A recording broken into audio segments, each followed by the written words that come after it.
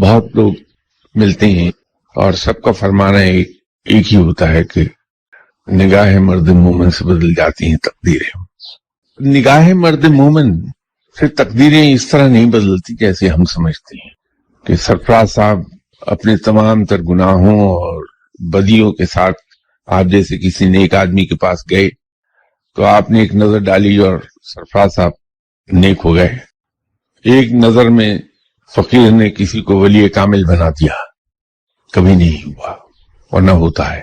قانون فطرت یہی ہے کہ انسان میں تبدیلی رفتہ رفتہ آتی ہے۔ نگاہ مرد مومن سے تو صرف اتنی تبدیلی آئے گی کہ وہ نیکی کی سوچنے لگے، تو فیضان نظر فیض نظر وہی نگاہ مرد مومن ہے۔